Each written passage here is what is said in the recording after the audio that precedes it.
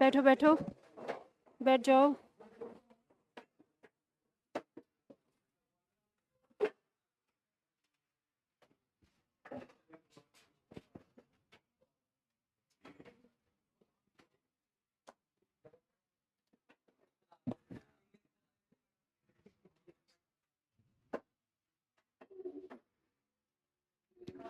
आवाज आ रही है पीछे तक?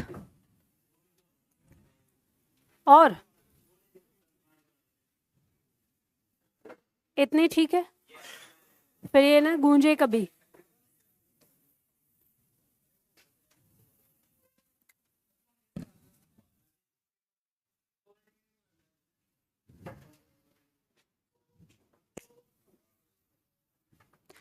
चलो देखो, आज आप लोगों का पहला बैच है।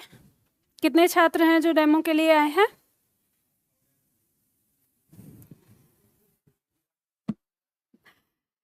तो आप लोग त्योहार मना के आए। कैसा रहा त्योहार आप लोगों का? बढ़िया एकदम। चलो, तो कितने दिन की छुट्टी मिल गई? 5 दिन की। तो आप पढ़ने के मन में है तो ध्यान रखिए। अच्छा नहीं है? ये कह रहे नहीं। हाँ, तो ये ध्यान रखो कि अभी 5 छुट्टी हमारी लगातार हुई हैं, तो ये 5 छुट्टी हमें आने वाले दिनों में कवर करनी है। तो क्यों रहेगी 18-19 की छुट्टी?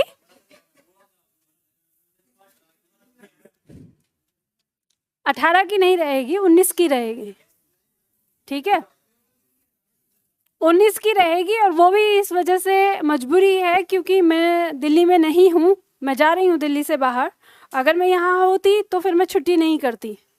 ठीक है, और वो चीज़ ये है कि वो जाना वो 2 महीने पहले से ही प्लान है, मुझे नहीं पता था। हाँ, कहाँ जाना है? साथ में चलोगे क्या?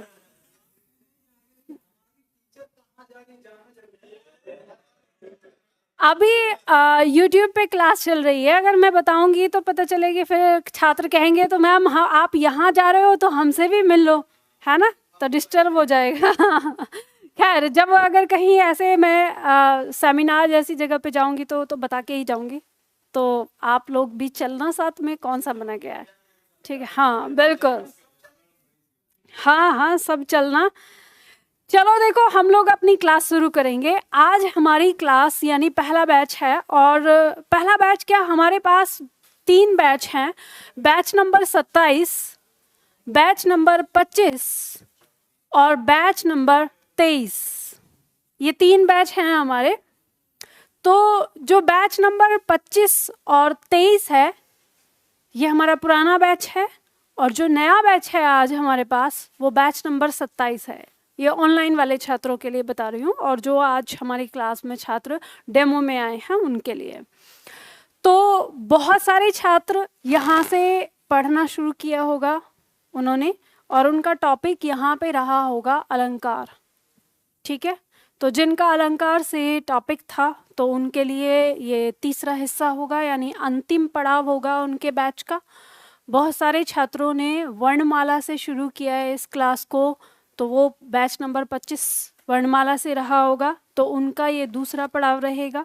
और जो छात्र आज से नया शुरू कर रहे हैं उनके लिए पहली क्लास होगी, आज से टॉपिक नया बैच उनके लिए रहेगा। तो अब वो ये सोचेंगे कि जो पीछे से जा रहा है, तो आप सभी लोगों को पता है हमारी जो क्लास है वो राउंड फिगर में होती है। 3 बार हमारा बैच स्टार्ट होता है, एक बार वर्णमाला से, दूसरी बार पद के भेद से जो आज हमारा शुरू होगा पद से, और तीसरी बार अलंकार से। तो इस तरह से हमारा बैच चलता है ताकि आप लोगों को इंतज़ार ना करना पड़े, बहुत ज़्यादा लंबा इंतज़ार ना हो। तो ये बैच ऐसे चलता रहेगा राउंड में। तो इसी तरह से आपकी क्लासेस होती रहेंगी। सारे छात्रों की क्लास आराम से हो जाती है, किसी का कोई ऐसा टॉपिक रिपीट नहीं होता कि बार बार वही टॉपिक पढ़ना है। जैसे आप सभी लोग जानते हैं कि जब हम यहाँ पे क्लास में पढ़ते हैं और अगर एक बैच को स्टार्ट करके, देखो बैग हटा लो सीट से, जब छात्र आए तो सीट खाली कर दिया करो, मैंने पहले भी समझाया है आपको। और जहाँ सीट खाली हो बता दिया करो कि यहाँ खाली है, नहीं तो दबा के बैठ जाते हैं। ठीक है, चलो तो देखो ध्यान दो, अब शांत हो जाओ। तो यहाँ पे हम जो अपना बैच शुरू कर रहे हैं, आपको पता ही है कि जैसे हम बैच शुरू करते हैं, तो अगर हम एक बैच शुरू करें और उसके ख़त्म होने का इंतज़ार करें तो 3 महीने का लगभग समय हो जाता है। और कोई छात्र अगर एडमिशन लेने से छूट जाता है तो फिर उसे एक टाइम में 3 महीने का एक लंबा इंतज़ार ना करना पड़े, इसलिए आपके बैच को इस तरह से डिज़ाइन किया जाता है। ठीक है, आप किसी भी टॉपिक से शुरू कर सकते हैं अपनी क्लास को। इसमें ऐसा कुछ नहीं है कि आपको ये लगे कि मैंने पहले नहीं पढ़ा है। तो ध्यान देना, ये जो पार्ट आपका होता है, जैसे मान लो वर्णमाला वाला जो ये हिस्सा है, इसमें वो टॉपिक रहते हैं जिनका एक दूसरे से रिलेशन है, इसमें वो टॉपिक रहते हैं जिनका एक दूसरे से रिलेशन है, और इसमें वो टॉपिक होते हैं जिनका किसी से कोई रिलेशन नहीं होता। वो टॉपिक अपने आप में अलग होता है। तो इस तरह से हम यहाँ पर पढ़ते हैं। आप किसी भी क्लास से एंट्री करें क्लास में, बस शर्त है कि क्लास पहले दिन की होनी चाहिए। अगर पहले दिन की क्लास नहीं होगी तो फिर कुछ समझ में नहीं आएगा, और बाकी आप किसी भी क्लास से एंट्री करते हैं आपको सब कुछ समझ में आएगा। ठीक है, तो शुरुआत करते हैं। आज की हमारी जो क्लास है, जो नया बैच है, वो यहाँ से शुरू हो रहा है। बैच नंबर 27 ऑनलाइन में है। ऑनलाइन में अभी मैं आप सभी छात्रों को बता देती हूँ कि ऑनलाइन में आप लोगों के कहने पर ऑफ़र दिया गया था आपको रक्षाबंधन का, और आज सुबह से फिर काफ़ी सारे छात्र फिर से कह रहे हैं कि मैम हम छुट्टी पे थे, फ़ोन नहीं उठाया गया और ये सारी चीज़ें। तो अभी अभी हमारे जो टीम है उसने डिसीजन लिया है कि आज शाम 7 बजे तक आपको ये ऑफ़र दिया जा रहा है, यानी फिर से कि जो भी छात्र छूट गए हैं वो एडमिशन ले सकते हैं। शाम तक है जो वो ऑफ़र आपको 499 का दिया गया है, उस ऑफ़र में आप शाम तक ले सकते हैं। और ऑफलाइन वाले छात्र के लिए भी ये एक मौका है, जो आप चाहें तो आप अपना बैच आप भी ले सकते हैं ऑनलाइन के लिए, रिवीजन के लिए। ठीक है, ऑफलाइन में डिस्काउंट नहीं है, आप लोग जानते ही हैं ऑफलाइन में डिस्काउंट नहीं है। सामने बैठ के आप लोग पढ़ते हो तो आपको बहुत सारी चीज़ें मेंटेन करनी होती हैं, और अगर मैं ऑफ़र दे दूं तो वही चीज़ है कि ऑफ़र दे तो मैं दे दूंगी, लेकिन फिर मेरे पढ़ाने की क्वालिटी ख़राब हो जाती है, क्योंकि आप लोगों को कंट्रोल करना फिर थोड़ा मुश्किल हो जाता है। खामखा मेरे अंदर रौद्र रस आता है, क्योंकि आपको पैसे कम हो जाते हैं तो आप फिर मस्ती के मूड में आ जाते हैं। यहाँ आपको अगर हैवी अमाउंट दे के आप मेरे सामने बैठते हैं तो आप अपनी जिम्मेदारी लेके बैठते हैं ना, तो फिर मेरे कंधों पे पूरा भार होता है। अब ऑनलाइन वाले छात्रों का तो ये है कि कमेंट मेरे हाथ में है कि अगर मैं कमेंट पढ़ के उनका जवाब दूं, कभी कभी जवाब दे देती हूं, कभी कभी कमेंट पढ़ के छोड़ देती हूं, गुस्सा तो आता ही है। तो पर मैं ये सोचती हूँ कि अगर आप लोगों को मैं इस समय पढ़ा रही हूँ यहाँ पर, तो हम लोग पढ़ने के लिए इकट्ठा हुए हैं, तो हमें पहले पूरा पढ़ना है। ठीक है, क्या हुआ, ज़्यादा गर्मी लग रही है क्या आपको? तो मत चलाओ ना उसको, शोर मचाने वाले को। वैसे मुझे नहीं लग रहा कि क्लास में इतनी ज्यादा गर्मी है। हाँ, बात क्या कहते हैं ना कि देखो, अब क्लास में शुरू करने जा रही हूँ, उससे पहले थोड़ा सा लेक्चर ही सुन लो। अब आपने ऐसी एक्टिविटी कर दी है तो देखो, जीवन में एक चीज हमेशा याद रखना, राजा का बावला नहीं बनना। हिंदी में एक कहावत होती है, राजा का बावला। राजा का बावला मतलब समझते हो? वो राजा का राजकुमार के लिए कहा जाता है कि उसे सारी सुविधाएं दी जाती हैं, उसके पैर नीचे भी नहीं पड़ते, फूलों पे पैर रखते हैं और सारी चीज़ें। आपको नहीं पता है लाइफ में कैसा क्षण आपके सामने आ जाए। तो पहली चीज़, हमारी क्लास का माहौल इतना ज़्यादा गर्म नहीं है कि आपको इतनी गर्मी लग रही है। 2 AC चल रहे हैं, बहुत सफिशिएंट है। आप बिहार के छात्रों से पूछिए कि वहाँ वो कैसे पढ़ते हैं, हाँ, गर्मी में, पसीने में, और उन्हें तो सही ढंग से बैठने के लिए बेंच भी नहीं होती, वो नीचे ही बैठ के पढ़ लेते हैं। लेकिन आपका उद्देश्य पढ़ाई पे होना चाहिए। तो जिस समय आप पढ़ने के उद्देश्य से बैठे हैं तो आपके दिमाग में गर्मी वाली बात तो आनी ही नहीं चाहिए कि गर्मी लग रही है, फिर आप छात्र नहीं हो। आपको पता है स्वामी विवेकानंद के बारे में कहा जाता है कि वो एक जगह बैठ के पढ़ रहे थे तो वहाँ से बारात गुजर गई। किसी ने पूछा कि इधर से बारात किस दिशा में गई, तो उन्होंने कहा मैं तो पढ़ाई कर रहा था। क्या किधर गई है ये नहीं पता है। हाँ, तो कहने का मतलब वही है ना बात उद्देश्य ये है कि उन्हें जब वो अपना पढ़ रहे थे ना तो उन्हें बाहरी दुनिया से मतलब नहीं है, ठीक है। तो आप लोग भी अब पढ़ने के मूड में हो गए हो या नहीं हो गए हो, या फिर अब डांट फटकार करके वापस ले आ जाए। हाँ चलो तो हम लोग पढ़ना शुरू करते हैं। देखो एक बात ध्यान रखना, मेरा हमेशा से उद्देश्य ये रहता है कि आप लोग फालतू की इधर उधर की बातें ना करके पढ़ाई पे फोकस करें। हम अपनी पढ़ाई शुरू करेंगे। तो आज की क्लास में कोई डेमो नहीं है, डेमो आप लोगों के लिए होगा। आप लोग ये देखने आए हैं कि मैम जो पढ़ा रही हैं वो समझ में आ रहा है कि नहीं आ रहा है, कितना हम पढ़ेंगे कितना नहीं। तो हमारी क्लास ऐसे नहीं है कि आज ऐसे ही रहेगी कि भाई चलो ठीक है आज का कोई टॉपिक नहीं पढ़ना है, ये वाली चीज़ें नहीं है। आज की क्लास में हम पढ़ेंगे। जो वर्णमाला से क्लास शुरू होती है उसमें तो भी कोई क्लास हमारी ऐसी होती है कि हमने अगर छोड़ दिया, नहीं पढ़ा पहली क्लास तो कोई दिक्कत नहीं है, लेकिन आज की क्लास अगर आपने छोड़ दी तो दिक्कत है। फिर यहाँ से आपकी परीक्षा में प्रश्न आते हैं। वैसे आज की क्लास में इतना है कि आपको बहुत ज़्यादा लिखना नहीं पड़ेगा, समझना ही पड़ेगा, ठीक है, समझना होगा। तो हम उस चीज़ को शुरू करेंगे। अच्छा उससे पहले शब्दावली आप लोग लेके आए होंगे। चलो शब्दावली में कुछ करते हैं। विलोम शब्द आज पढ़ेंगे हम। विलोम शब्द में कितना सेट आपका कंप्लीट हुआ है?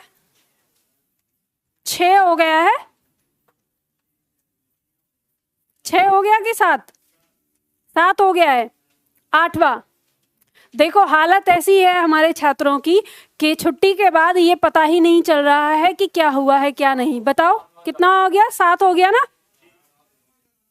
8वां करना है आज, ठीक है। नंबर 8 करना है। अभ्यास सेट 8, पेज नंबर 37। जो छात्र डेमो के लिए आए हैं, जो पुराने छात्र हैं, उनके साथ किताब शेयर करें, ठीक है। मैं शब्द बोलूंगी और ऑनलाइन वाले छात्र ध्यान दें, जिनका बैच नंबर 27 है उन छात्रों को अभी हो सकता है कि ये शब्दावली बुक नहीं मिली है, पुरानी के पास है, तो ये रिपीट होके आएगा। आज के क्लास के लिए हम ये शब्दावली याद कर रहे हैं। मैं शब्द बोल रही हूँ, शब्द का अर्थ बता रही हूँ, उसका विलोम बताऊंगी, सामने आप लिख सकते हैं, ठीक है। पहला शब्द है निद्रा। निद्रा कहते हैं नींद, इसका विलोम हो जाएगा अनिद्रा, मतलब नींद ना आना। जब हमें नींद नहीं आती, हम सोने की कोशिश कर रहे हैं और नींद नहीं आ रही, उस अवस्था को कहते हैं अनिद्रा। अगला शब्द है घात। घात कहते हैं एक अवसर, जैसे हम किसी चीज के इंतजार में होते हैं, इसका विलोम हो जाएगा प्रतिघात। जैसे कोई व्यक्ति किसी चीज के अवसर की तलाश में बैठा है और वो जो व्यक्ति बैठा है उसके भी पीछे कोई घात लगा के बैठा है, उसको हम प्रतिघात कहेंगे, ठीक है। नेक्स्ट शब्द होता है संगठन। संगठन कहते हैं किसी चीज का एक जगह इकट्ठा होना, इसका विलोम हो जाएगा विघटन। विघटन कहते हैं अलग अलग होना या टुकड़ों में बिखर जाना। नेक्स्ट शब्द है सत्याग्रह। सत्याग्रह शब्द बना है सत्य प्लस आग्रह से, यानी सत्य के लिए किया गया आग्रह सत्याग्रह कहलाएगा, और इसका विलोम हो जाएगा दुराग्रह। दुराग्रह मतलब किसी बुरी बात के लिए किया गया आग्रह दुराग्रह होता है। अगला शब्द है जंगम। स्टार लगा लो इसके आगे, ये लगभग हर बार आता है। जंगम का विलोम है स्थावर, और स्थावर का अर्थ होता है स्थित, ठीक है, कोई भी चीज स्थित होना। जंगम का मतलब होगा चलायमान। स्थावर से याद रखना है स्थित, स्थित से स्थावर, और स्थावर का विलोम जंगम। जंगम का अर्थ चलायमान। जंगम ऐसी संपत्ति के लिए प्रयोग किया जाता है जो संपत्ति एक स्थान से दूसरे स्थान ले जाई जा सके। संपत्ति कहें या कोई भी चीज, ठीक है। और स्थावर जो एक जगह स्थिर होती है, ठीक है। जैसे मान लो अगर हम वृक्ष के लिए कहें कि वृक्ष कैसी संपदा है, तो ये स्थावर संपदा है। अगर हम बात करें कि कोयला कैसा है, तो कोयला जंगम संपदा है। कैसे? हम कोयले को खुदाई करके उसे एक स्थान से दूसरे स्थान ले जा सकते हैं, ठीक है। अगला शब्द है सहयोगी। सहयोगी वो जो आपके काम में सहायता प्रदान करे उसे हम कहेंगे सहयोगी। इसका विलोम हो जाएगा प्रतियोगी। जो आपकी चीज पर ही नजर गड़ाए बैठा हो, तो जैसे आपस में आप लोग क्या हो, सहयोगी हो या प्रतियोगी हो?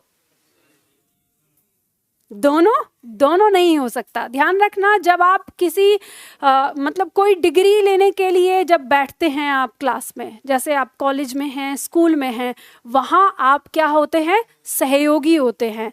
लेकिन आप जो इस क्लास में बैठे हैं, यहाँ आप जॉब के लिए बैठे हैं, तो जिस जॉब की तैयारी बगल वाला कर रहा है उस जॉब की तैयारी आप भी कर रहे हो, तो वो आपका क्या है, प्रतियोगी है। ठीक है, कॉम्पिटिटर जिसे कहते हैं। अगला शब्द है दृश्य। दृश्य कहते हैं दिखाई देने वाला, जो दिखाई देता हो। इसका विलोम हो जाएगा अदृश्य, मतलब जो दिखाई ना देता हो, गायब। अगला शब्द है क्षणिक। क्षणिक कहते हैं क्षण भर के लिए या जो कुछ समय के लिए है, उसे क्षणिक कहेंगे। इसका विलोम हो जाएगा शाश्वत। शाश्वत कहते हैं जो हमेशा के लिए हो। अगला शब्द है असीम। असीम कहते हैं जिसकी कोई सीमा ना हो। इसका विलोम हो जाएगा ससीम, जिसकी कोई सीमा हो। नेक्स्ट शब्द है तेजस्वी। तेजस्वी कहते हैं प्रतापी या प्रभाव डालने वाला, प्रभावशील। इसका विलोम हो जाएगा निस्तेज, जिसके अंदर कोई प्रभाव ना हो, जिसके अंदर कोई जैसे कहें तेज ना हो। नेक्स्ट शब्द है संकीर्ण। संकीर्ण कहते हैं छोटा, जैसे सोच के लिए कि अरे इसकी सोच बड़ी ही संकीर्ण है, मतलब छोटी सोच है। इसका विलोम हो जाएगा विस्तीर्ण। विस्तीर्ण मतलब फैला हुआ या फैला, विस्तार। अगला शब्द है विस्तृत। विस्तृत कहते हैं फैला हुआ, विशाल। इसका विलोम हो जाएगा सीमित। अब देखो, ऊपर है संकीर्ण का विलोम विस्तीर्ण और नीचे दिया है विस्तृत का विलोम सीमित। ध्यान रखना, जो यहाँ पे आपका दिया है विस्तीर्ण और विस्तृत एक दूसरे के पर्यायवाची हैं। ठीक है, तो कई बार ऐसे पर्यायवाची भी आ जाते हैं। ये वही आए हुए हैं शब्द, मैंने बताया है कि प्रीवियस क्वेश्चन पेपर ही हैं जो आपके आते रहते बदलते बदल के, तो ऐसे बदलता है हर बार, ध्यान देना। नेक्स्ट शब्द है आपका आवर्तक। आवर्तक कहते हैं चक्कर लगाने वाला, आवृत्ति करने वाला। ठीक है, आवर्तक। इसका विलोम हो जाएगा अनावर्तक, जो चक्कर ना लगाता हो। नेक्स्ट शब्द है हमारा उत्थान। उत्थान कहते हैं उन्नति को, वृद्धि को, विकास को। इसका विलोम हो जाएगा पतन, मतलब गिरावट या ह्रास।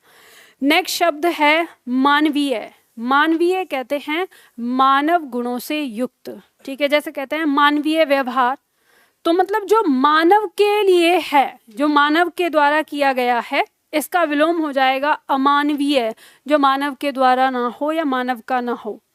नेक्स्ट शब्द है चेतन। चेतन कहते हैं प्राण युक्त, जिसके अंदर प्राण हो, चेतन अवस्था। इसका विलोम हो जाएगा अचेतन या जड़, मतलब मृत भी कह सकते हो आप उसे, जिसके अंदर प्राण ना हो। नेक्स्ट शब्द है गमन। गमन कहते हैं जाना। इसका विलोम हो जाएगा आगमन, मतलब आना। नेक्स्ट शब्द है मौन। मौन कहते हैं चुप। इसका विलोम है मुखर। मुखर कहते हैं बहुत अधिक बोलने वाला, इसे वाचाल भी कहेंगे। ठीक है, नेक्स्ट शब्द है पन। पन कहते हैं गिरा हुआ। अब गिरा हुआ कैसे?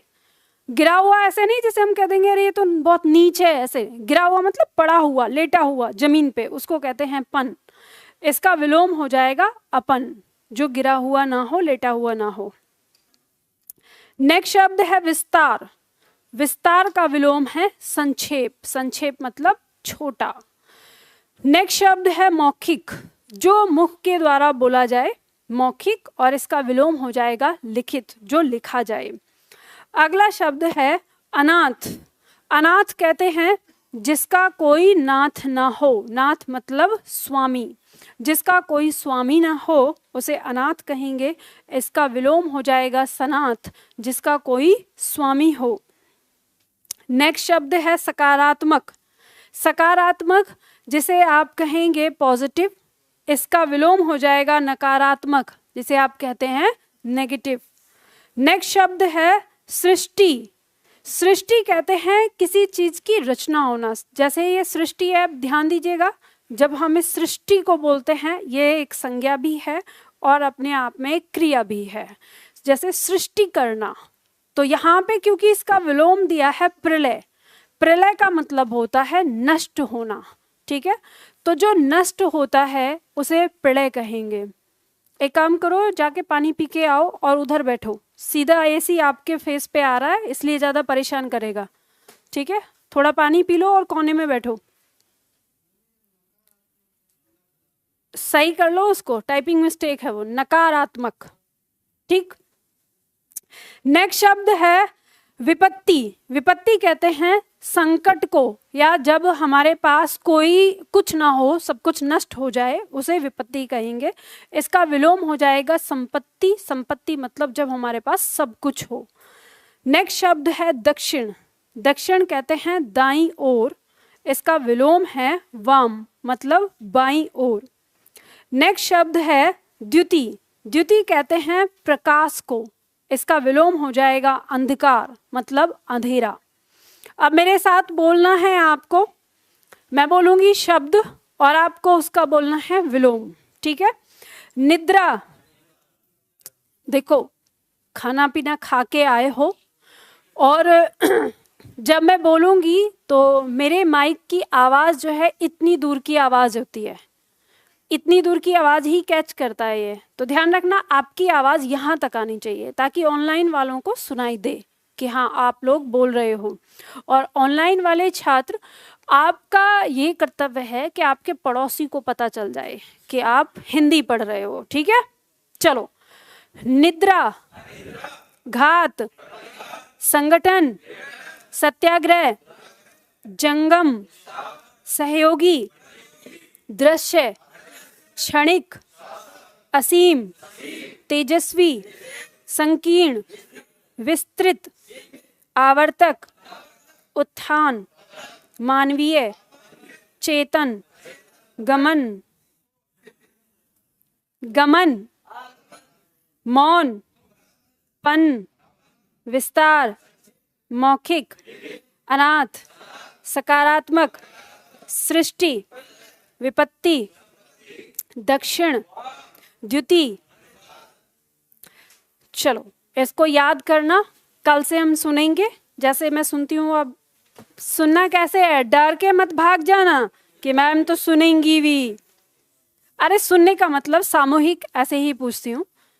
इससे क्या होगा, देखो इस शब्दावली को दोहराने का क्या उद्देश्य है। शब्दावली को दोहराने का उद्देश्य ये है कि अगर आप घर जाके नहीं भी पढ़ते हो तो यहाँ पे हम पढ़ते हैं तो कुछ चीज़ें आपको याद रहेंगी कि हाँ हमने ये पढ़ा, और जब परीक्षा में आएगा आपको आंसर तो याद नहीं रहेगा, लेकिन आपको ये याद रहेगा कि मैम ने पढ़ाया था और मैंने नहीं पढ़ा। तो मेरा उद्देश्य ये होता है कि मैं आपसे जब ये कहती हूँ कि मुझे आपके 40 में से 40 या कहें जिसका जितना नंबर आता है, जितने नंबर की हिंदी आती है, 100% मुझे आपको करवाना है।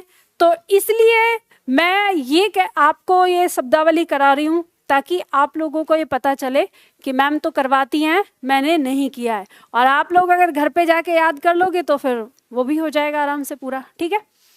चलो ऑनलाइन वाले छात्र, आपको एक चीज़ बताती हूँ। मैंने अभी देखा था, कमेंट देख रही थी मैं, ऑनलाइन में कुछ छात्रों ने कहा है कि मैम ऑनलाइन वाले छात्रों पर तो ध्यान ही नहीं देती, उनकी तो बातें ही नहीं सुनती। तो ध्यान दीजिए, जो आपकी एक जेन्युइन कमेंट होती है या मैं जो टॉपिक पढ़ा रही हूँ और टॉपिक से संबंधित वो बात जो सच में बताई जानी चाहिए, मैं उस बात का रिप्लाई करती हूँ, उसका जवाब देती हूँ।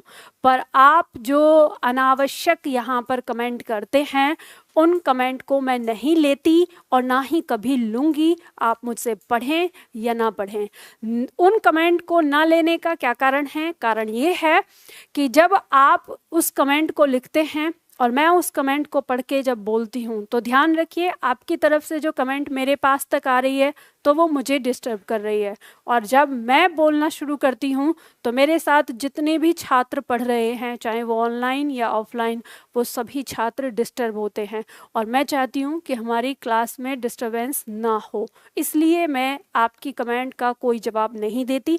जो कमेंट ज़रूरी है, जिसके बारे में बताना ज़रूरी है, मैं वही कमेंट लेती हूँ, ठीक है। तो जो नए छात्र हमारे साथ जुड़े हुए हैं वो इस बात का ध्यान रखें। मेरा उद्देश्य रहता है, मैं ये बात भली भांति जानती हूँ कि मेरी क्लास में अगर 100 छात्र हैं तो मैं ये मान के चलती हूँ कि 80 छात्र हैं जो पढ़ने के उद्देश्य से बैठे हैं, 20 छात्र ऐसे हैं जो पढ़ने के उद्देश्य से नहीं बैठे, तो मैं इनको अपने दिमाग से निकाल देती हूँ, मैं फोकस इन पे करती हूँ। अब आपको ध्यान देना है कि आपको कौन सा छात्र बनना है, ठीक है। तो मेरा फोकस इन पे रहता है क्योंकि मुझे इनकी पढ़ाई पे ध्यान देना है। हालांकि ये मैंने ज़्यादा बड़ा आंकड़ा लिया है, ये आंकड़ा इतना बड़ा नहीं है, पर फिर भी मैंने लिया है, तो मेरा फोकस इधर रहता है। तो इस चीज़ के लिए आप चाहे शिकायत करें या कुछ भी कहें, क्योंकि मैंने देखा कि यूट्यूब पर कमेंट कर रखा था, ऐसे गाली गलौच सी भी दे रखी थी, लूटती है, ये करती है, बकवास करती है, ऑनलाइन में नहीं मतलब ऑनलाइन के बच्चों पे वो नहीं करती है, ध्यान नहीं देती है। ये लैंग्वेज है, ये इस तरह की लैंग्वेज थी। बैच लिया हुआ स्टूडेंट है, बैच लेके पढ़ भी रहा है, हिंदी सीख भी रहा है, और उसके बाद उसकी लैंग्वेज ऐसी थी, और कोई मत लेना मैं लेके फंस गया हूँ। तो वैसे ही मैं स्पष्ट बोलती हूँ, बिल्कुल मेरा कोई उद्देश्य नहीं है। आप लोग मुझे अगर पेमेंट करते हो तो ये मुझ पे कोई एहसान नहीं करते हो, और मैं आपको पढ़ा रही हूँ तो मैं आप पे कोई एहसान नहीं कर रही हूँ। आप भी शिक्षा ग्रहण करने के उद्देश्य से आए हो, और मैं भी अपनी आजीविका के उद्देश्य से यहाँ पर खड़ी हूँ। लेकिन मेरी आजीविका के साथ साथ मेरा एक और उद्देश्य ये है कि मेरे साथ जब छात्र पढ़ें तो वो अच्छी से सीखें, जितना मुझे आता है। अगर मुझे एक पॉइंट भी आता है तो मैं एक पॉइंट भी आपको पूरा का पूरा सिखा दूं, मेरा ये उद्देश्य रहता है, ठीक है। बाकी आप लोगों का क्या उद्देश्य रहता है वो आप लोगों को समझना है। हम लोग शुरू करेंगे अपनी क्लास आज। तो आज आप लोगों को कुछ खास लिखना नहीं है, बस आज आप लोगों को समझना है, क्योंकि हमारा ये पॉइंट यहाँ से शुरू हो रहा है, शब्दों का वर्गीकरण। सबसे पहले तो आज आप लोगों को एक चीज़ मैं यहाँ पर बताऊंगी कि शब्दों का वर्गीकरण जब हम पढ़ते हैं तो हम एक बात ये पाएंगे कि हमारी परीक्षा में जो हमको सिलेबस दिया जाता है पढ़ने के लिए, उसमें केवल और केवल शब्द हैं, केवल और केवल शब्द हम पढ़ते हैं पूरे व्याकरण के अंदर। कैसे, किस तरह से, तो वो अभी हम समझेंगे। तो हम यहाँ पर एक बात देखते हैं कि जब हम व्याकरण को पढ़ना शुरू करते हैं, आपस में बात मत करना, मेरे पास तक आवाज़ आती है तो फिर डिस्टर्ब होती हूँ मैं, है ना। हम जब व्याकरण को पढ़ना शुरू करते हैं तो व्याकरण में सबसे पहला पॉइंट हमारे सामने आता है वर्ण, ठीक है। जब हम इस वर्ण को जोड़कर लिखते हैं कि वर्ण हमारे जब जोड़कर और एक सार्थक अर्थ हम जब इसे प्रदान करते हैं, तो वर्णों के मेल से बनने वाला जो शब्द है सार्थक अर्थ लिया हुआ, उसे हम शब्द कहते हैं। तो ये बात आप लोग समझते हो। कितने छात्र हैं जो इस बात को नहीं समझते कि जो सार्थक शब्द आया है इसका क्या मतलब है। चलो देखो मैं समझाती हूँ। हम कहते हैं कि वर्णों के समूह को हम शब्द कहते हैं, लेकिन वर्णों के सभी समूह को हम शब्द नहीं कह सकते। वर्णों के हम उस समूह को शब्द कहते हैं जिसका सार्थक अर्थ होता है। मतलब जैसे मान लो अगर मैंने एक शब्द लिया, शब्द है हाथी, तो जैसे ही मैंने हाथी बोला आपके दिमाग में हाथी की पिक्चर बनी, ठीक है। लेकिन अगर मान लो मैं इस शब्द को इस तरह से लिख दूं, अब ये क्या हो गया, थीहा, तो आपके दिमाग में कोई पिक्चर बनी नहीं ना। तो यही है सार्थक अर्थ। यानी जब आप इसको कहते हो शब्द जो हाथी है, तो हाथी बोलते हो तो आपके दिमाग में एक पिक्चर बनती है, तो वो जो पिक्चर बनती है उसको कहते हैं सार्थक, ठीक है, अर्थ या भाव। और जैसे हमने थीहा बोला, इससे हमारे दिमाग में कोई पिक्चर क्रिएट नहीं हुई, कुछ नहीं बना। तो अब ये क्या है, वर्णों का एक समूह है, निरर्थक समूह है जिसका कोई अर्थ नहीं है, ठीक है। इसी तरह से जैसे मान लो अगर शब्द मैंने यहाँ पे लिखा प्रवाह,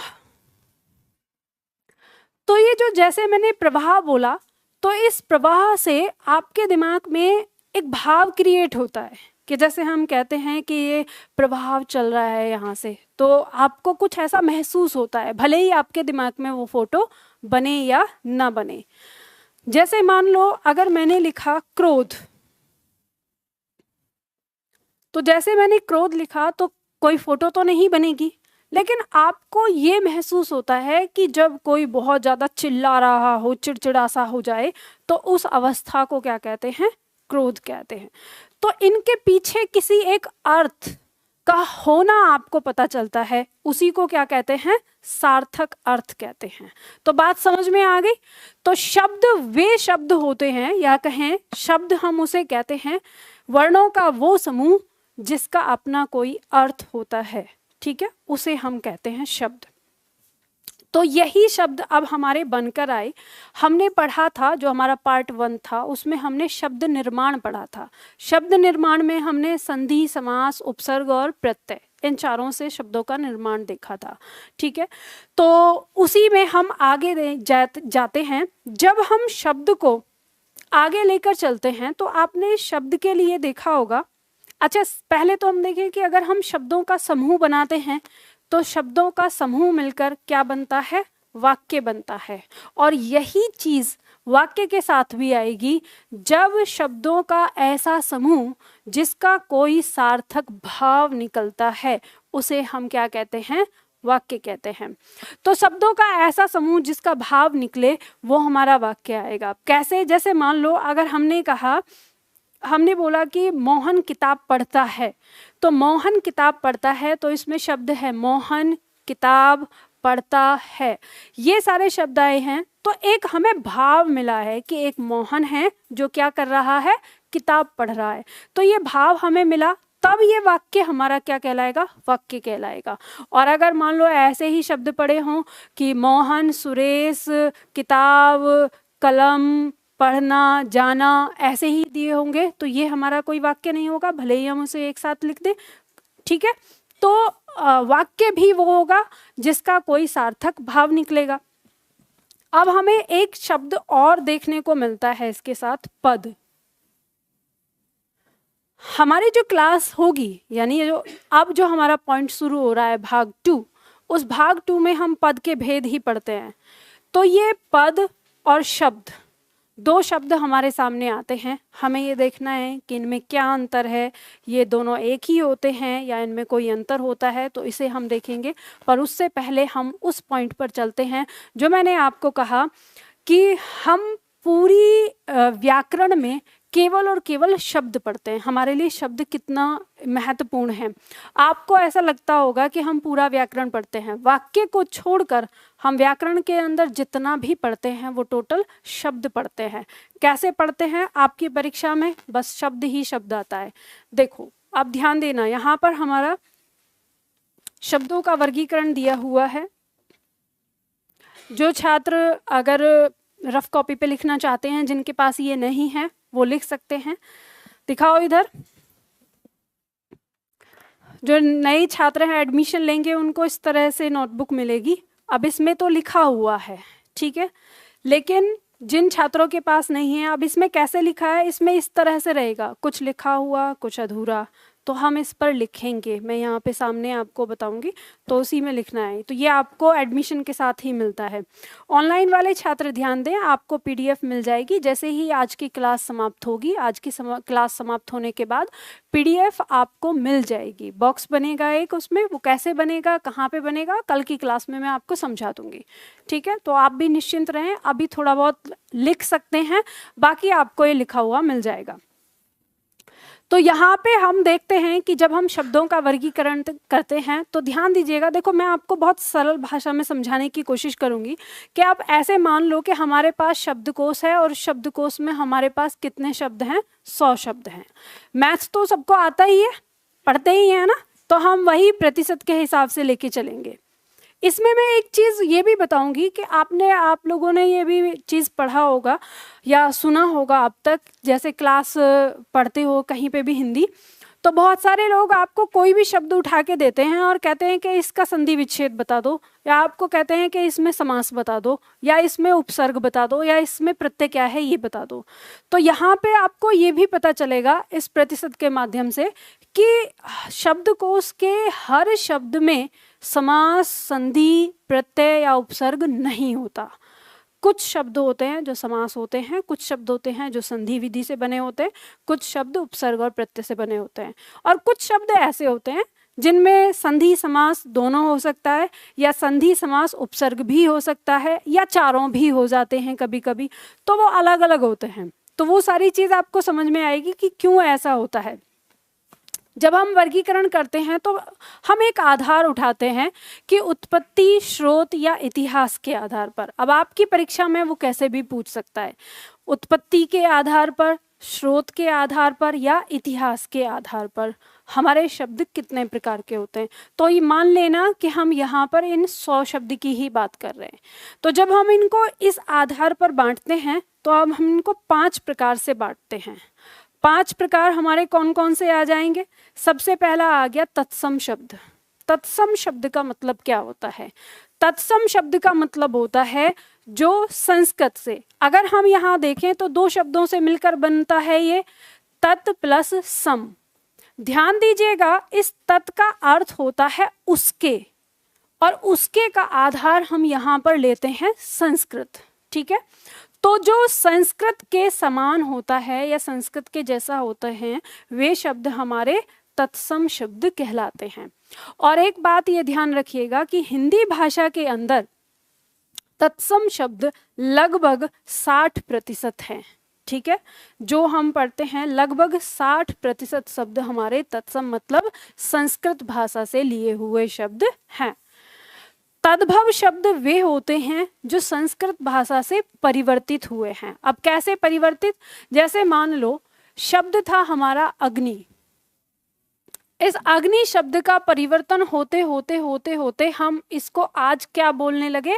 आग। तो ये आग हमारा क्या हो गया? क्योंकि ये अग्नि शब्द से ही परिवर्तित होकर बना है, तो ये क्या कहलाएगा? तद्भव कहलाएगा। तो तद्भव शब्द हमारे लगभग 30% आते हैं। ठीक है, और 10% में हमारे ये शब्द आते हैं, देखो देशज और तद्भव के अंदर हमारे 30% शब्द होते हैं। ध्यान दीजिएगा, देशज क्या होता है ये समझ लो।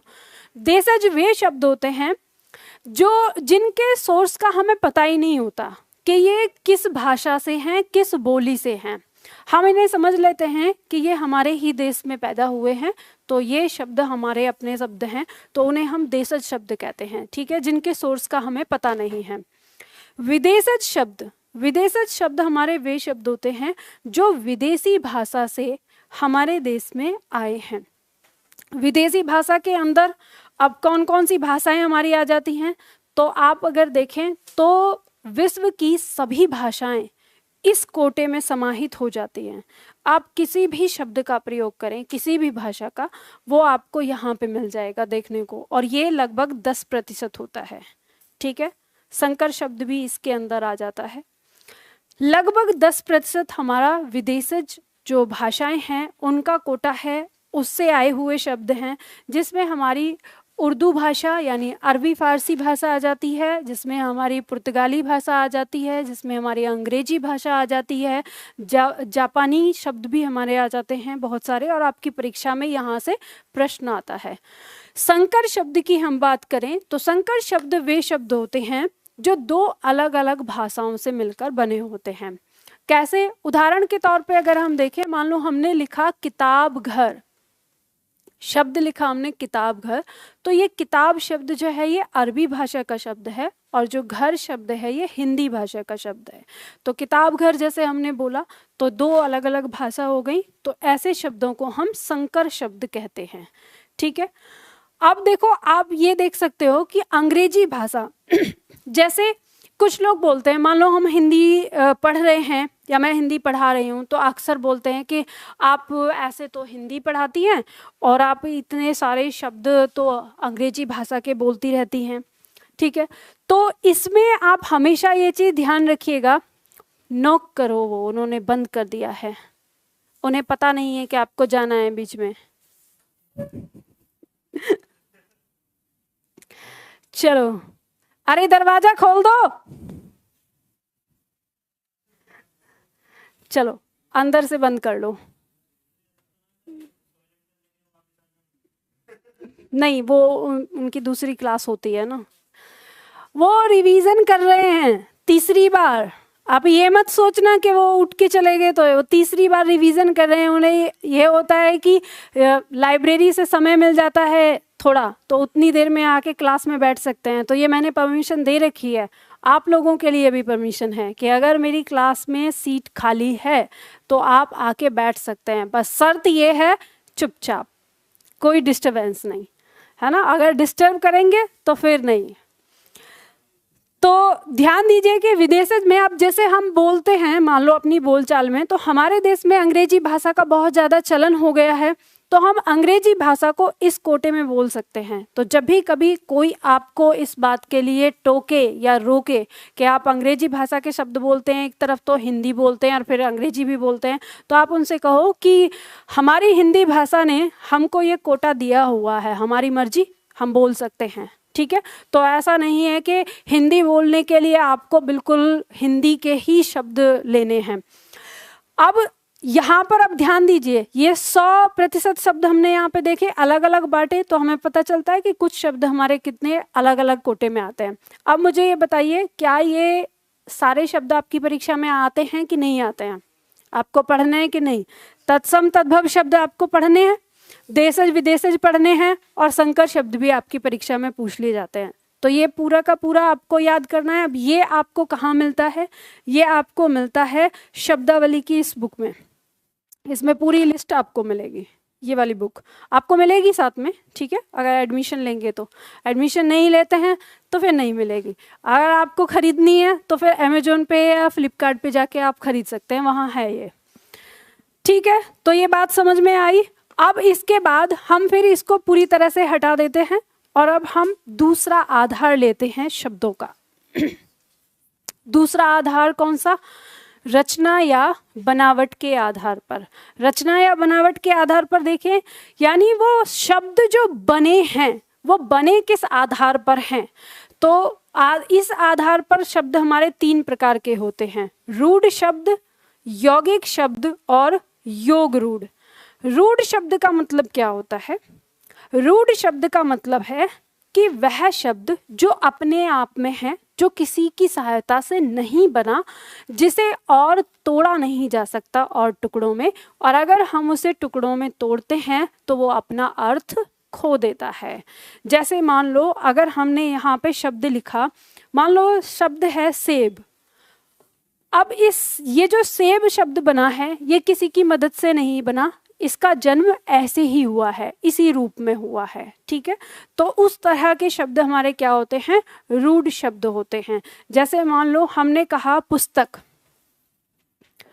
तो पुस्तक शब्द है, अगर हम इस शब्द को तोड़ने की कोशिश करें, मान लो अगर हम इसका क हटाएं यहाँ से, तो ये शब्द हमारा क्या हो जाएगा? अपना जो अर्थ है वो खो देगा, ये कोई शब्द नहीं रह जाएगा। तो ऐसे शब्द हमारे क्या कहलाते हैं? रूढ़ शब्द कहलाते हैं। यौगिक शब्द की अगर हम बात करें तो यौगिक शब्द अपने आप में बना है योग प्लस इक से। यौगिक मतलब जो शब्द 2 या 2 से अधिक शब्दों के मेल से बनते हैं उन्हें हम क्या कहते हैं? यौगिक शब्द कहते हैं। और ये हमारे यौगिक शब्द 4 प्रकार के होते हैं। कौन कौन से? जिसमें आता है संधि, समास, उपसर्ग और प्रत्यय। ये 4 विधि हैं। इन 4 विधि से हम कौन से शब्द बनाते हैं? यौगिक शब्द बनाते हैं। और योग रूढ़ की बात करें तो जो देखने में तो होते हैं यौगिक के जैसे, मतलब शब्द बनने में, और अर्थ के आधार पे होते हैं रूढ़ के जैसे। जैसे मान लो अगर हमने शब्द लिया कमल नयन, तो जब हम कमल नयन बोलते हैं तो कमल प्लस नयन से ये शब्द बना है, 2 शब्दों से। और कमल नयन का मतलब होता है अर्थात विष्णु या कृष्ण या राम, तो हम अर्थात लेते हैं। तो आप ये देख सकते हो, ये कह सकते हो कि ये योग रूढ़ के अंदर वे शब्द आपको देखने को मिलेंगे जो बहुब्रीहि समास के अंदर होते हैं। ठीक है, अगर हम इसको गहराई से देखें तो हमें ये बात पता चलेगा कि योग रूढ़ के अंदर जब वे शब्द आते हैं जो समास के अंदर एक टाइप है और वो बहुब्रीहि उसके अंदर, तो ये होने कहाँ चाहिए, यौगिक शब्द में होने चाहिए ना। तो अगर देखा जाए तो ये दूसरा प्रकार तीसरा प्रकार हटा देना चाहिए, 2 ही प्रकार होने चाहिए यहाँ पर बनावट के आधार पर, लेकिन हमारी किसी ऐसे विद्वान ने लिखा नहीं है, ऐसे लिखा है 3 तरह से, तो हमें ऐसे ही पढ़ना है। असलियत में शब्द 2 ही प्रकार के, रूढ़ और यौगिक। अब यहाँ पे आप देखिए कि आपकी परीक्षा में यौगिक शब्द में ये चारों चीजें पूछी जाती हैं कि नहीं पूछी जाती, तो पढ़ना है ना ये। तो ये भी आपका क्या है, शब्द है। और इस शब्द को आप कहाँ पढ़ते हैं, तो इसे आप पढ़ते हैं भाग 1 में।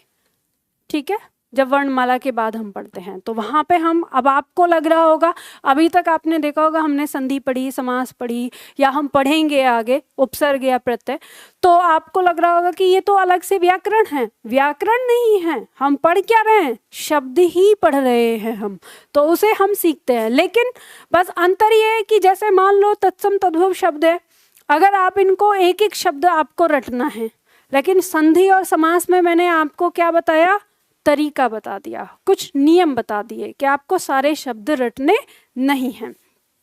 तो अब यहाँ पर ये देखो कि जब अगर हम इसको 100 शब्दों को यहाँ बांटें तो ये 3 हिस्सों में बट जाएंगे। यहाँ पर कुछ हो जाएंगे, जैसे लगभग हम 50% इसको ले लेते हैं, 50% शब्द हमारे ऐसे होते हैं जो अपने आप ही बने होते हैं, और यहाँ पे इन दोनों में ये 50 में आ जाएंगे। अब 50% शब्द हमारे ये आ गए, तो ये 50% इन चारों में भी अलग अलग बटते हैं या नहीं बटते हैं, तो आप देख सकते हैं। तो बताइए कि हर शब्द में क्या आपको समास देखने को मिलेगा, संधि देखने को मिलेगी, नहीं, नहीं ना।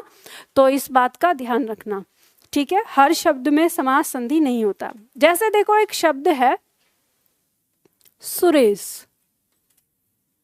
अब किसी का नाम हो सकता है, ठीक है, तो हमने संधि पढ़ी, तो हमने संधि पढ़ी कि सुर प्लस ईस, ये क्या हो गया, सुरेश हो गया। तो इसके अंदर शब्द हमारा क्या है, सुर प्लस ईस, तो इसमें ये संधि हो गई। तो हमने ये पढ़ाया। अब जिसका नाम सुरेश था उसको पता चल गया, अच्छा मेरे नाम में सुर प्लस ईस है। अब एक छात्र का नाम था विजय, अब उसको एकदम से उसके दिमाग में आने लगा विजय है भाई, तो मेरे नाम में भी तो संधि होगी फिर, तो तुरंत पूछेगा कि मैम विजय में कौन सी संधि होगी। तो ऐसा जरूरी नहीं होता कि हर शब्द में संधि ही हो। अब हम अगर विजय शब्द को देखें तो इसमें वी प्लस जय, इसमें क्या लगा है, उपसर्ग लगा है। जय मतलब जय जयकार होना, और विजय मतलब जो जीत गया तो उसी की जय जयकार होती है। तो ये किससे बना है शब्द, ये उपसर्ग से बना है, तो अब इसमें उपसर्ग है। तो इसी तरह से अब मान लो कि एक शब्द जिसका नाम था मोहन, अब वो एकदम से बेचैन हो उठा कि अच्छा तो इस शब्द में यहाँ पर इसके में उपसर्ग हो गया, इसके नाम में यहाँ पर संधि हो गई, तो मेरे नाम में क्या है, अरे तो भाई मोहन का तो मोहन है, जरूरी नहीं है, आपके माता पिता ने ऐसा देख के बना रखा ही नहीं है आपका नाम। तो इसलिए ये ध्यान रखिएगा कि हर शब्द में संधि समास और ये सारी चीज हो, ऐसा संभव नहीं होता, ठीक है।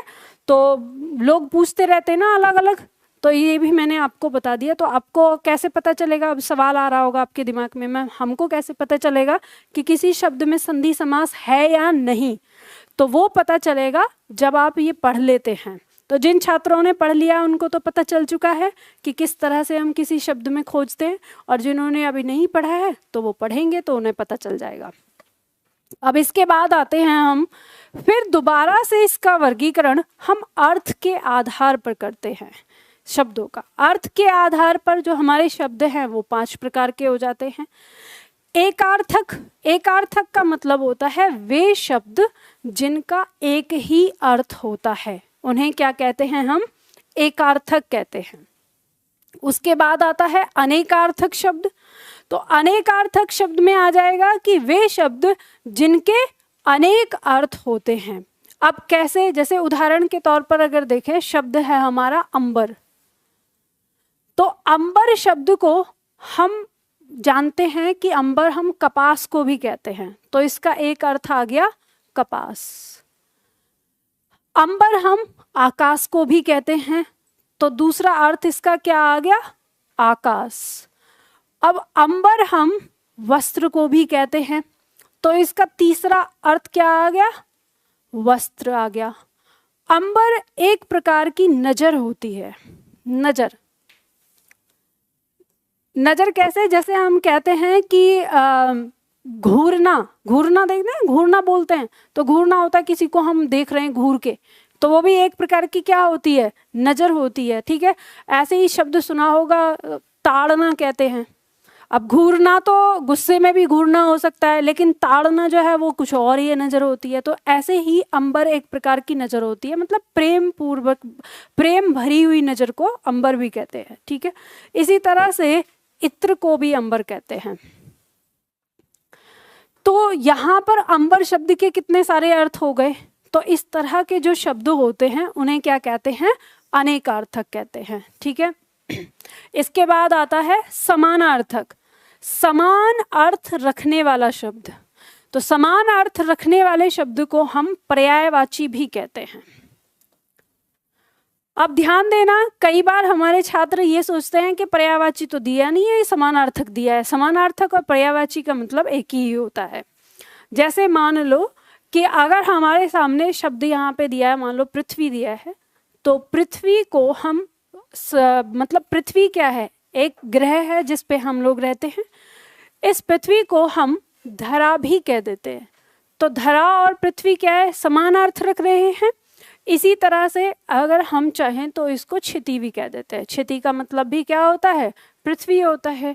इसी तरह से हम इसको क्या कह सकते हैं, अवनी भी कह सकते हैं। ठीक है, तो अब देखो ये अवनी शब्द ना दो तरह से लिखा जाता है, अलग अलग, दोनों ही शब्द को उसमें दिया हुआ है, अवनी भी और अवनी भी, अलग अलग बोली के हिसाब से इसका चेंज हो जाता है। तो हम यहाँ देखें तो पृथ्वी शब्द के यहाँ पर जो जितने भी शब्द आए ये सब क्या हैं, पर्यायवाची, समानार्थक हम कहेंगे, समान अर्थ रखने वाले। इसके बाद आता है विपरीतार्थक, वे शब्द जो विपरीत अर्थ रखते हों, तो इसको हम क्या कहते हैं, विलोम शब्द कहते हैं।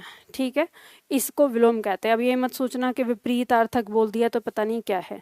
जैसे मान लो पृथ्वी शब्द अगर हमारा दिया है तो पृथ्वी का विलोम हमारा क्या हो जाएगा, आकाश। तो ये इसका क्या हो गया, विपरीत हो गया, विलोम। अब एक चीज और आपने देखी, अब देखो आपकी नजर बिल्कुल ऐसी पैनी होनी चाहिए, जो मैं हमेशा कहती हूँ ना, दिमाग चाचा चौधरी से तेज चलना चाहिए। जैसे मैं पढ़ा रही थी, मैंने पढ़ाते समय कुछ चिन्हों का प्रयोग किया। एक चिन्ह मैंने इस तरह से लगाया और एक चिन्ह मैंने इस तरह से लगाया। आप समझ रहे हैं कि जैसे मान लो आप अपनी कॉपी पर हिंट में लिखना चाहते हैं तो आप लिख सकते हैं, इस चिन्ह का प्रयोग हम विलोम के लिए करते हैं। ठीक है, हम विलोम के लिए उसका प्रयोग कर सकते हैं। और इस चिन्ह का प्रयोग हम बराबर यानी पर्यायवाची के लिए करते हैं। तो किसी शब्द के बगल में आप बराबर लगा के कोई शब्द लिखते हैं तो ये आपको समझ लेना है कि ये इसका क्या है, पर्यायवाची। और किसी शब्द पे अगर इस तरह से लिखते हैं तो आप समझ जाएंगे कि ये इसका क्या है, विलोम है। तो ऐसे आप देख सकते हैं, लिख सकते हैं इसमें। अगला आता है समरूपी भिन्नार्थक शब्द। समरूपी भिन्नार्थक शब्द को श्रुति सम भिन्नार्थक शब्द या समश्रुति भिन्नार्थक शब्द के नाम से भी जाना जाता है। ठीक है, एक नाम और रखा जाता है समश्रुति भिन्नार्थक शब्द।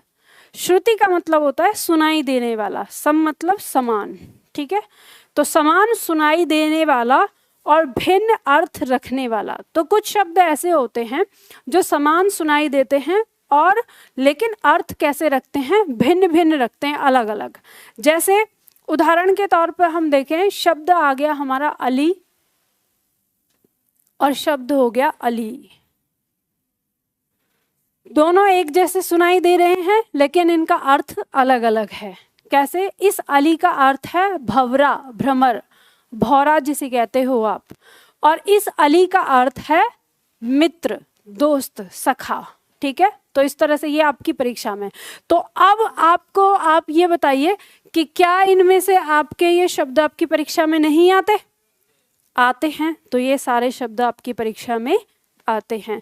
तो आपको यहाँ पे पता चला 3 प्रकार हमने पढ़े, तीनों प्रकार के शब्द हमारी परीक्षा में आते हैं। अभी तक हम क्या पढ़ रहे थे? शब्द ही पढ़ रहे थे। अब आता है आपका चौथा आधार। चौथा आधार आपका क्या है? व्याकरण के रूप में, मतलब व्याकरण के आधार पर या रूप के आधार पर या प्रयोग के आधार पर, और एक और चीज इसमें लिख लो, व्यवहार के आधार पर। ठीक है, व्यवहार भी लिख लो इसमें। आपकी परीक्षा में ये प्रश्न बहुत ज्यादा मार्केट में घूम रहा है। व्यवहार के आधार पर हमारे शब्द 2 प्रकार के होते हैं, विकारी शब्द और अविकारी। विकारी शब्द और अविकारी। अब इनको भी हमें पढ़ना है, ये विकारी शब्द और अविकारी क्या होते हैं। अब हम जो यहाँ पे पार्ट 2 पढ़ेंगे, तो भाग 2 में जिसे हम पद के भेद कहते हैं, उसके अंदर हम यही पढ़ेंगे। जब हम विकारी पद की बात करते हैं, तो विकारी पद 4 प्रकार के होते हैं। कौन कौन से होते हैं? संज्ञा, सर्वनाम, विशेषण, क्रिया विशेषण। ठीक है, वैसे इन्हें लिखने की जरूरत नहीं है, अब लिख लेते हैं यहाँ पे। क्रिया, अविकारी के अंदर आ जाएंगे 4, जब इन्हें वापस लिखेंगे रहने दो, यहीं पे छोड़ देते हैं, ऐसे समझ लो बस। तो विकारी पद हमारे 4 प्रकार के हो गए, संज्ञा, सर्वनाम, विशेषण और क्रिया। और अविकारी भी हमारे 4 प्रकार के हो गए, जिसमें क्रिया विशेषण, संबंध बोधक, समुच्चय बोधक और विस्मयादि बोधक 4 आ गए, और निपात शब्द भी आ जाते हैं, वो तो खैर हम अलग से पढ़ते हैं। तो ये सारे शब्द पढ़ने, तो ये भी हमारे शब्द में आ गए। और क्या आपकी परीक्षा में ये आते हैं या नहीं? तो आते हैं, तो ये भी हमें पढ़ने हैं।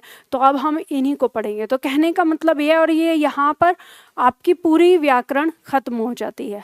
और पूरी व्याकरण में आपको क्या पढ़ना पड़ रहा है? बार बार आपको शब्द ही पढ़ने पड़ रहे हैं। ठीक है, तो इसीलिए शब्दों को याद रखना, शब्दों पर ध्यान देना जरूरी है। तो अब जो मैं आपको पद बता रही थी, इसी को हम आगे बढ़ाएंगे यहाँ पर, कि वो हमारे पद क्या होते हैं। तो यहाँ पे हमें समझना है, यानी अब तक हमने इनको शब्दों के नाम से जाना, अब हम जानेंगे इनको किसके नाम से? पद के नाम से। तो ये पद होता क्या है, ये हमें समझना है। अच्छा, आप में से कोई छात्र बताएगा कि पद किसे कहते हैं? ये दोनों एक ही होते हैं, या अभी तक ऐसे ही मैम ऐसे ही पढ़ा है, अभी तक कोई ध्यान ही नहीं दिया है? ठीक है, पद क्या है, शब्द क्या है, ऐसे ही पढ़ा है। चलो देखो, अब अंतर समझ लो। अंतर क्या है इनमें? जैसे मान लो मैं एक शब्द लिख रही हूं, यहाँ पर मैंने शब्द लिखा दीपक, जैसे शब्द मैंने लिखा खाना, जैसे मैंने शब्द लिखा सेब। ये क्या है? शब्द हैं। ठीक है, अगर मैं इसको वाक्य बनाती हूँ, मान लो मैंने लिखा दीपक सेब खाता है।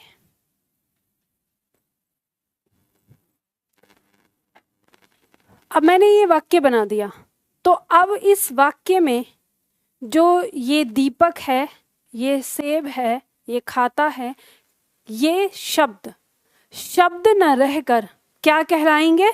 पद कहलाएंगे। ठीक है, अभी तक जब ये अलग पढ़े थे, तब हम इन्हें क्या कह रहे थे? यहाँ तो हम इन्हें शब्द कह रहे थे, सॉरी पद की तरफ मोड़ दिया मैंने। इन्हें क्या कह रहे थे? हम शब्द कह रहे थे। लेकिन अब जब ये वाक्य में प्रयोग हो गए, तो अब ये शब्द नहीं है, अब ये पद हैं। और वो पद भी कैसे हैं? पद हमें नहीं क्यों कहेंगे?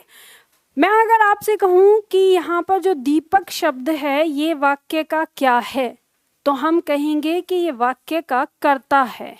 तो ये जो कर्ता शब्द आ रहा है, जो नाम आया है, ये इसका क्या है? पद है। अगर मैं पूछूं कि ये दीपक है क्या, संज्ञा है कि सर्वनाम है, तो आप कहेंगे कि ये क्या है, संज्ञा है।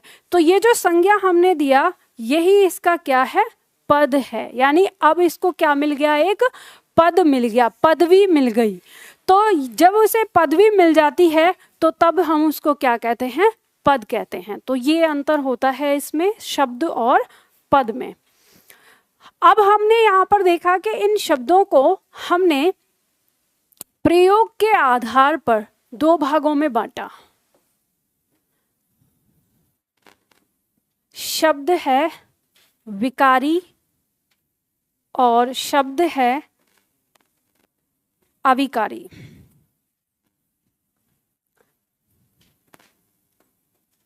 देखो आप लोग आज तक इसी तरह से पढ़ते आए हो। अब आपका ना वो पॉइंट शुरू हो जाता है जो हम पढ़ने वाले हैं, ठीक है, जहाँ से आपको लिखना है। लिखवा दूंगी मैं कल, या तो उसको शुरुआत करेंगे जब। तो अभी पहले इसको समझ लो, ठीक है। आपने आज तक इसको ऐसे ही पढ़ा है कि विकारी और अविकारी, और विकारी के 4 पद आपने संज्ञा सर्वनाम और ये सारी चीज़, अविकारी के 4 पद अलग क्रिया विशेषण और ये सारी चीज़ें। पर और इसकी परिभाषा को भी आपने पढ़ा है कि विकारी जो पद हैं ये वे पद हैं जिनमें लिंग, वचन, कारक और काल के आधार पर परिवर्तन हो जाता है, उन्हें हम विकारी कहते हैं। और अविकारी में जो इन चारों के आधार पर परिवर्तन नहीं होता उन्हें हम अविकारी कहते हैं। अब ये बताइए कि आपने इस चीज को पढ़ा है, समझा है या रटा है? रटा है तो समझ लो, इसको रटने की जरूरत नहीं है। सबसे पहले तो समझो कि विकारी शब्द ही बना किससे है, ये बना है विकार से, विकार शब्द से। विकार शब्द में ई प्रत्यय लगाया गया है, ठीक है। तो अब ये बात समझ लेना कि जैसे हमने इसको समझने की कोशिश करी तो हमें सबसे पहली चीज तो ये समझ में आती है कि विकार शब्द में ई प्रत्यय लगा हुआ है, ठीक है, तो ये समझ में आ जाता है। अब हम देखते हैं विकार। तो आपने सुना है विकार किसे कहते हैं? अगर किसी साधु महात्मा का सुना होगा तो कहता है कि 5 विकार होते हैं, काम, क्रोध, लोभ, मोह, अहंकार। सुना है ये? आप लोगों ने नहीं सुना होगा क्योंकि आप लोगों की दादी या नानी ने आपको नहीं बताया ना। अब अभाव ये हो रहा है। हमें यही पता था कि काम, क्रोध, लोभ, मोह, अहंकार ये 5 विकार होते हैं जीवन में, इन्हें ये नहीं होने चाहिए। तो विकार का मतलब अब ये वो विकार नहीं है। विकार का अर्थ क्या होता है? विकार का शाब्दिक अर्थ है परिवर्तन, ठीक है। अब परिवर्तन, और अगर आप इनसे भी देखो कि जो आपको अध्यात्म में सिखाया गया है काम, क्रोध, लोभ, मोह, तो अब जब आपको क्रोध आ जाता है तो क्या होता है? आपके शरीर में परिवर्तन होता है, आप गुस्से में आ जाते हैं, है ना, चेहरा लाल हो जाता है, चिल्लाने लग जाते हैं। तो वही परिवर्तन है और कुछ नहीं, ठीक है। तो विकार का मतलब है परिवर्तन। अब जब विकारी तो वे शब्द जिनमें परिवर्तन होता है। अब इसी में हमने यहाँ पर क्या लगाया? अ उपसर्ग लगाया जिसका अर्थ है नहीं। तो इससे अर्थ क्या बन जाता है कि वे शब्द जिनमें परिवर्तन नहीं होता है। अब सवाल उठता है कि परिवर्तन तो कैसा परिवर्तन, किस प्रकार का? तो हमें परिभाषा बताती है कि लिंग, वचन, कारक, काल। लिंग, वचन, कारक और काल, इन चारों में से या तो चारों के आधार पर या चारों में से किसी एक के भी आधार पर अगर किसी शब्द में परिवर्तन होता है तो वे शब्द हमारे क्या होते हैं? विकारी कहलाते हैं। और परिवर्तन नहीं होता तो क्या कहलाते हैं? अविकारी। अब ये परिवर्तन आपने जाना कभी? किस प्रकार का परिवर्तन? तो देखो ऐसे समझो, जैसे मान लो शब्द लिया हमने एक लड़का। लड़का शब्द है, अगर मैं आपसे ये पूछूं कि इस लड़का शब्द का बहुवचन क्या होगा तो क्या होगा? लड़के। तो मुझे ये बताइए कि लड़का और लड़के शब्द में कोई अंतर आया? आ गया, तो इसमें परिवर्तन हो गया। अगर मैं आपसे कहूं कि लड़का शब्द का स्त्रीलिंग बनाइए तो क्या हो जाएगा, लड़की हो जाएगा। तो लड़का और लड़की शब्द में परिवर्तन आया, तो ये जो परिवर्तन आ रहा है इसी परिवर्तन को क्या कह रहे हैं हम, विकारी। ठीक है, तो ऐसे ही शब्द में परिवर्तन होता है। अब जैसे मान लो शब्द हमारे पास है, मान लो हमने शब्द लिया जाता, वह जाता है, बाजार जाता है, ठीक है, इस तरह से। अब ये जाता है शब्द का अगर स्त्रीलिंग में बनाने को कहूं तो क्या बनाओगे, जाती। तो परिवर्तन हुआ। अगर मैं आपसे कहूं कि इसका भूतकाल बना दो तो क्या बनाओगे,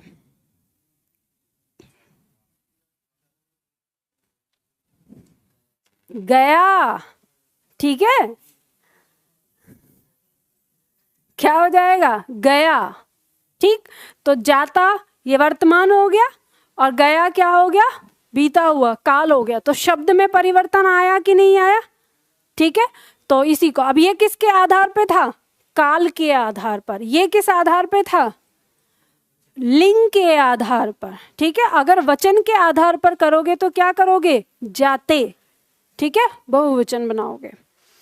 अब इसी तरह से मान लो शब्द है हमारे सामने मैं, ये क्या है, ये सर्वनाम है। ठीक है, एक सर्वनाम। इस मैं के साथ अगर हम ने कारक चिन्ह लगाएं तो क्या बनता है, मैंने। और आप ये जो मैंने लिखेंगे ये सुरेखा के साथ लिखते हैं, ये ध्यान रखिएगा। सर्वनाम के साथ यदि कोई कारक चिन्ह आता है तो सुरेखा के साथ जोड़ा जाएगा। ठीक है, अलग अलग नहीं, ऐसे लिखना गलत माना जाएगा, ऐसे। अब अगर हम इसके साथ को कारक चिन्ह जोड़ दें तो क्या हो जाएगा, मेरे को। क्या हो जाएगा, मेरे को, अरे मुझको। ठीक है, क्या हो जाएगा, मुझको। अगर से कारक जोड़ दें तो क्या हो जाएगा, मुझसे। तो बताइए, मैं और मुझको और मुझसे में कोई अंतर है, अरे अंतर है, परिवर्तन दिखाई दे रहा है कि नहीं दे रहा। तो मैं से ये मुझसे हुआ और मैं से ये मुझको हुआ, तो किसके कारण हुआ, कारक चिन्ह के कारण। ठीक है, तो अब हमको ये बात पता चली कि जो परिभाषा हमको बोलती है कि लिंग, वचन, कारक और काल के आधार पर क्या होता है, परिवर्तन होता है, वे शब्द। तो अब आपको समझ में आया कि परिवर्तन किस प्रकार का परिवर्तन, समझ में आ गया ना। तो अब आपको दोबारा जीवन में कभी ये बैठ के रटना नहीं पड़ेगा कि विकारी शब्द क्या होते हैं और अविकारी शब्द क्या होते हैं। अब आपको ये पता चल गया और अब इनकी पहचान भी आप हर वाक्य में अपने आप कर लेते हैं। तो ध्यान रखिए, मेरा उद्देश्य यही होता है, मैं आपको जब पढ़ाती हूँ तो मेरा उद्देश्य यही है कि एक बार पढ़ो, ये 3 महीने लगभग आपके 3 महीने होते हैं ये हिंदी को ख़त्म होने में, और फिर दोबारा आपको कभी हिंदी पे ज़्यादा ध्यान देने की ज़रूरत नहीं है।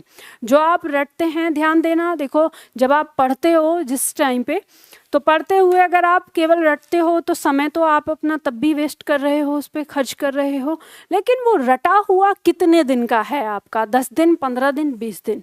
लेकिन जब आप किसी चीज़ को समझ के आप पढ़ते हो तो वो आपके जीवन भर के लिए हो जाता है। तो आपको चीज़ें ऐसे पढ़नी है, ऐसे समझनी है कि वो आपके लिए जीवन भर के लिए हो जाए। क्योंकि पढ़ाई करने का उद्देश्य केवल नौकरी पाना नहीं होना चाहिए, पढ़ाई करने का उद्देश्य ये होना चाहिए कि आप अपने जीवन में एक सक्षम हो जाएं, ऐसे इतने सक्षम हो जाएं कि जब आपका बच्चा पढ़ाई करे तो कम से कम आप ये समझ सकें कि इसको जो टीचर पढ़ा रहा है वो सही पढ़ा रहा है या गलत पढ़ा रहा है। ठीक है, तो ये चीज़ होती है। जैसे मुझे एक पेरेंट्स ने कहा कि मैम मेरी बेटी को उसकी टीचर सिखा रही थी कि तोता का स्त्रीलिंग तोती, तो अब ये उसको पता था कि तोता का स्त्रीलिंग तोती नहीं होगा, तो ही तो उन्होंने पहचाना कि ऐसा नहीं हो सकता, ये गलत पढ़ाई है। तो ऐसे इसीलिए कि आप लोग जब पढ़ाई कर रहे हो तो आप लोगों को भी ये चीज़ सीखनी है, समझनी है, ठीक है। तो आज की क्लास में हम इतना ही करेंगे और इसके बाद हम कल की क्लास में इससे आगे करेंगे। कल की क्लास में हमारा शुरू हो जाएगा, यानी विकारी का जो पहला पद है संज्ञा, वो हम पढ़ेंगे यहाँ पर। ऑनलाइन वाले छात्र ध्यान दें कि जिन छात्रों ने अभी तक एडमिशन नहीं लिया है वो शाम को 7 बजे तक उनके पास मौका है ऑफर का, तो वो लाभ उठा सकते हैं, ठीक है। जाकर आप देखिए, आपको एप्लीकेशन डाउनलोड करना है निधि एकेडमी, उस पर आप अपना बैच ले सकते हैं और किसी को कोई दिक्कत हो तो पूछ सकते हो।